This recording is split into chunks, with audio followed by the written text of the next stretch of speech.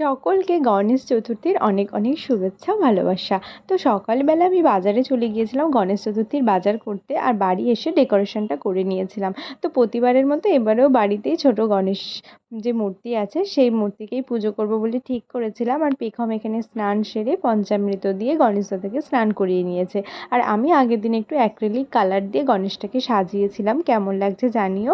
তো আমি লাল বস্ত্র হচ্ছে গণেশের সবথেকে প্রিয়, সেটা পরিয়ে তাকে পূর্ণপত্র আতপ চালের ওপর গণেশকে আমি স্থাপন করে নিয়েছিলাম। তারপর আমি দিয়ে দিয়েছিলাম লাল চন্দন। আর কি সুন্দর লাগছে না গণপতিকে দেখতে। তো তারপর আমি দুই পাশে ঋদ্ধি সিদ্ধি স্থাপন করে নিয়েছিলাম।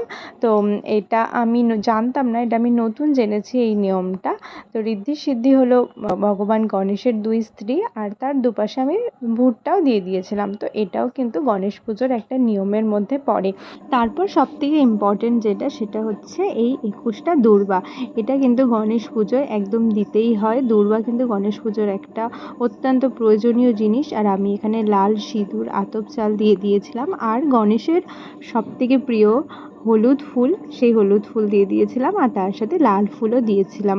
তো জবা ফুল দিয়েছিলাম, যেটা অ্যাভেলেবেল পেয়েছিলাম বাজারে সেটাই এনেছি।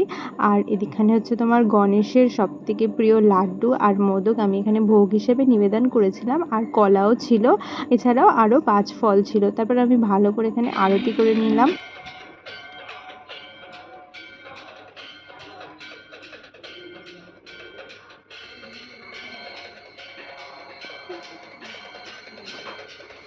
তারপর আমার দেখা দেখি পেখমও এখানে আরতি করে নিল গণেশ দাদাকে। আর এই ছিল আমাদের গণেশ পুজোর ফুল ব্লগ। তোমাদের বাড়িতে কার কার কেমনভাবে গণেশ পুজো হয়েছে সেটা অবশ্যই জানিও। আর আমাদের ব্লগটা কেমন লাগলো সেটা কিন্তু জানাতে ভুলো না। দেখা হচ্ছে নেক্সট ব্লগে। Till then tata.